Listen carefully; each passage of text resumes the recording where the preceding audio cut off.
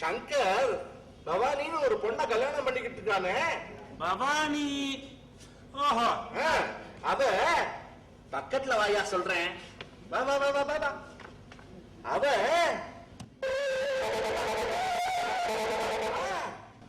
கல்யாணம் ஆகி 1 வருஷம் தான் ஆகுது, அதுக்குள்ள என்னெல்லாம் நியூஸ் வருதுங்கிறேன். சங்கருக்கும் பவானிக்கு ஏற்கனவே தொடர்பு இருந்துச்சா.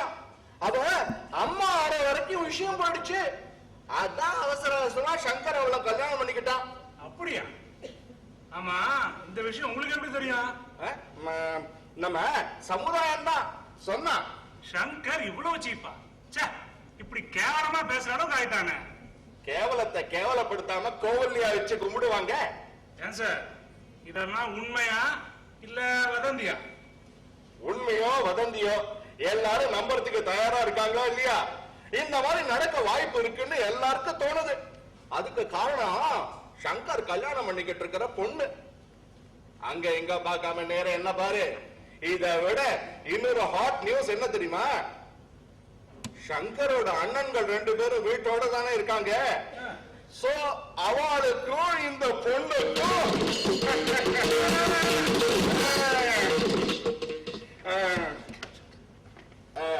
ஹலோ சங்கர், எப்படி பாருங்க? Fine sir. Fine, very fine, very fine. எனக்கு 7th கோர்ட்ல ஒரு இயரிங் இருக்கு, அப்புறம் பார்க்கலாமா? வாயா பாஸ்து.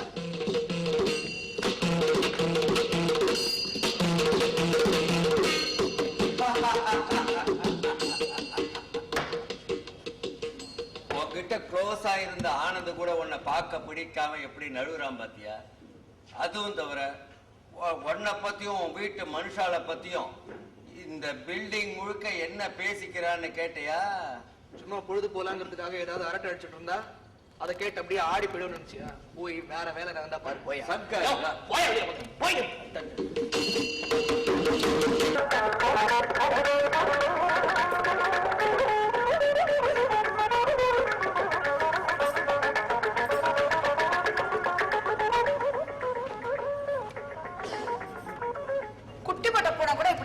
கொஞ்சம் பொறுமையா ஒரு இடத்துல உட்காருங்களேன். அவ எப்படின்னு கொஞ்ச நாள்ல வந்துருவா, விஷயம் தெரிஞ்சிடும்.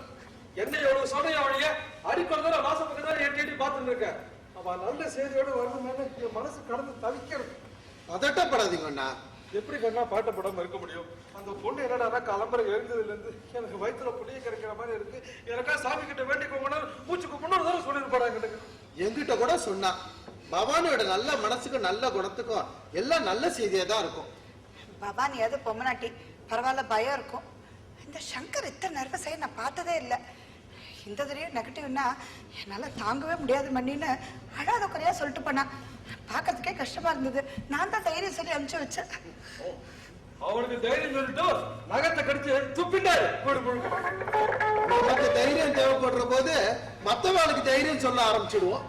அதானே மனுஷ சுபாவம். இந்த இடத்துலயும் ஒரு குழந்தை தவிழாதான்னு எங்க அதனால இல்லை, எங்களுக்கு தான் அந்த பாக்கியமே இல்லாம போயிடுது. பவானி கல்யாணம் ஆகி இந்த ஆத்துக்கு வந்து 1 வருஷத்துக்கு மேல அது ஆண்டவன் கண் திறக்க மாட்டானான்னு நினைச்சுட்டு இருந்தேன். குட் நியூஸோட வந்தா வடமாத சத்திரன்னு வேண்டின்னு இருக்கேன். அவ வந்த உடனே திருஷ்டி சுத்தி போடணும். என்ன ஸ்வீட் வேணா அதை வாங்கி சொல்லவா? நான் ஏற்கனவே ரெடியா பண்ணி வச்சுட்டேன். ஓ, பார்த்தல உங்க அண்ணாவை நமக்கு தெரியாம ஓசப்படாம ஸ்வீட் பண்ணி வச்சிருக்கிறத. நீங்க கிச்சன் பக்கம் போனா தானே உள்ள என்ன நடக்கிறதுன்னு தெரியும். என்ன எப்படா மட்டன் தட்டலானே காத்துருங்கோ. உள்ளத சொல்ல ஏன் பண்ணி கோச்சிருக்க? வர வர என் பொண்டாட்டியை கிண்டல் பண்றதே உனக்கு பொழுது போக வச்சுருக்கா. என்னடா திடீர்னு எம்எல்ஏ கஷ்டம்? ஏதோ அனர்த்தத்துக்கு அறிகுறின்னு அர்த்தம்.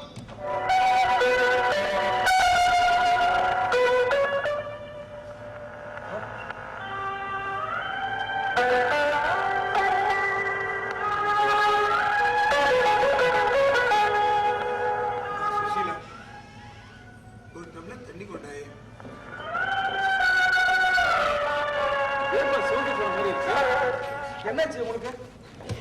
சங்கர் வந்தாச்சா? அவனுக்காக தான் நாங்க எல்லாரும் காத்துட்டு இருக்கோம். நீங்க எங்கப்பா சொல்லாம வெளியே போயிட்டு வர? பவானிக்கு ரொம்ப பிடிக்குமேன்னு கல்கத்தா ரசகுல்லா வாங்கிட்டு வர போயிட்டு வந்தேன். வெறுங்கையோட வந்திருக்கேன். பெருங்கையோட வந்தா என்ன, வாய் நிறைய விஷயங்கள் இருக்கு.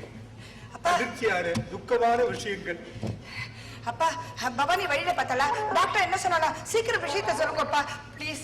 எனக்கு வயிற்று கலக்கிறது. பவானியை பார்க்கலம்மா, சமுதாயனை பார்த்து. அவ சொன்ன விஷயங்களை என்னால கிரகிச்சுக்கவே முடியல. வீடு வரை எப்படி வந்து சேர்ந்தேன் எனக்கு ஆச்சரியமா இருக்கு. சுத்தி வளைக்காம விஷயத்த சொல்லுங்கப்பா. சங்கரோட கல்யாண விஷயத்துல நான் ரொம்பவே அவசரப்பட்டோம்னு நினைக்கிறேன். பவானியோட குடும்பத்தை பத்தி சரியா விசாரிக்காம விட்டுட்டோம். அம்மா சுத்து போயிட்டான்னு சொன்னதெல்லாம் போய் உயிரோட இருக்காளாம் கல்கட்டாவில். அவோ அவோ சொல்ல முழுக்க சொல்லுங்களப்பா. ஏன் என்ன முழுங்குற? முழுக்கலடா, எப்படி சொல்றது தெரியாம தவிக்கிறேன். பவானியோட அம்மா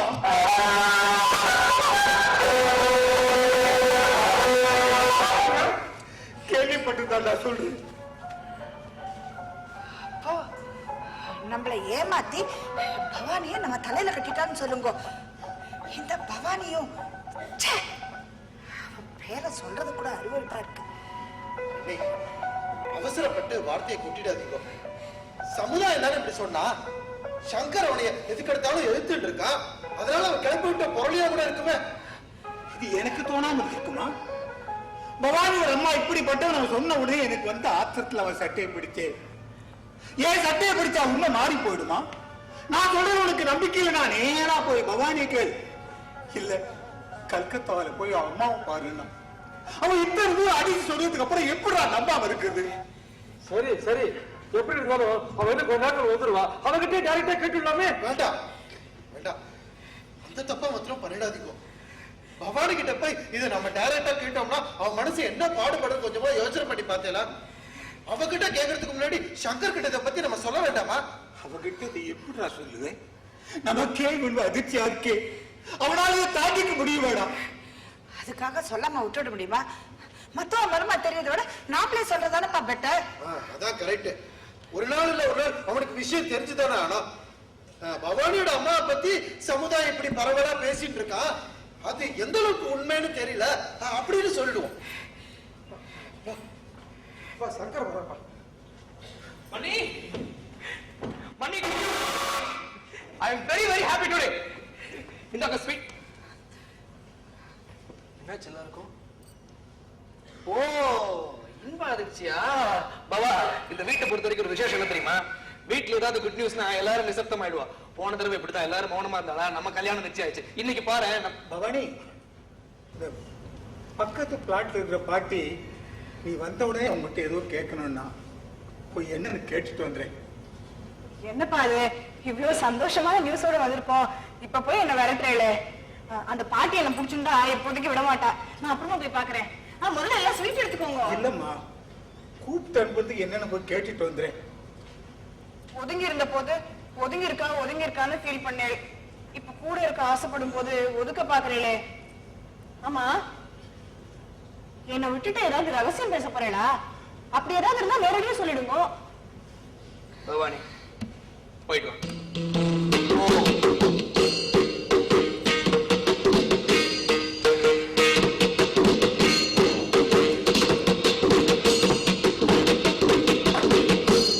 நான் வீட்டுல ஸ்வீட்டை கூட எடுத்துக்க முடியாம அப்படின்னு நடந்துட்டேன். பவானிக்கு தெரியக்கூடாது என்ன விஷயத்த சொல்ல போறேன். இப்ப நீ கொடுக்க போற சீட்டு கூட எங்களுக்கு கசப்பாத்தாண்டா இருக்கும். ஏன்னா எங்களுக்கெல்லாம் இன்ப அதிர்ச்சி கொடுக்கலாம் நீ ஓடோடி வந்த.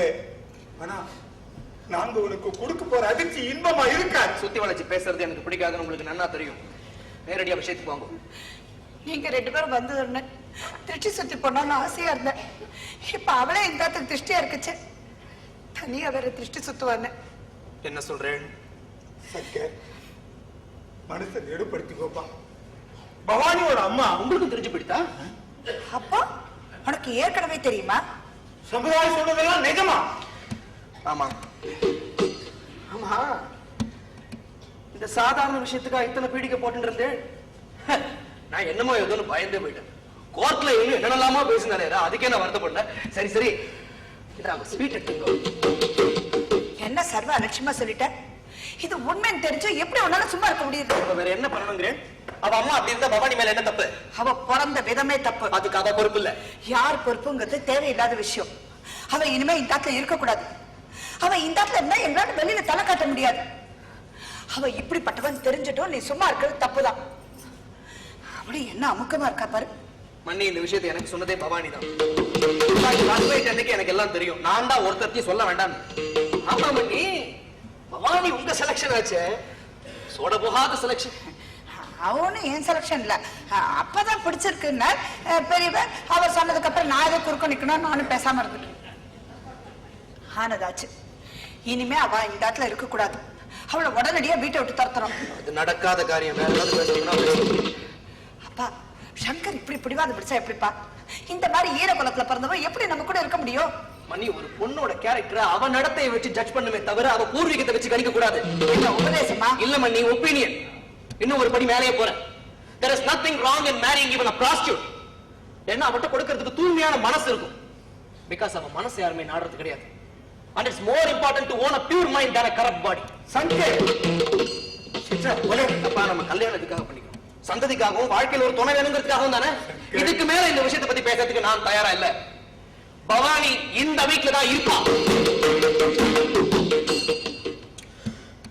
ஒன் மோர் திங், அவளை பத்தின விஷயம் எல்லாம் உங்களுக்கு தெரியுங்கிறத அவள்கிட்ட காமிச்சுட்டேன். அதுக்கப்புறம் என்ன பொணமா தான் பாப்பேன் சொல்லிட்டேன்.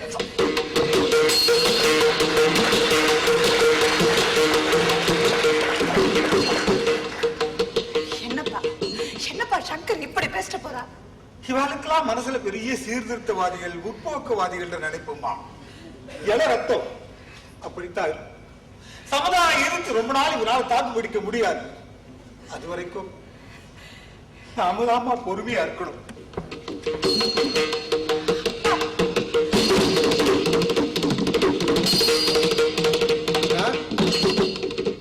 அண்ணா இருக்கேல? என்ன கண்டா? சங்கர் ஆசையா ஸ்வீட் வாங்கிட்டு வந்திருக்கான். அவன் மனசு கஷ்டப்படும்.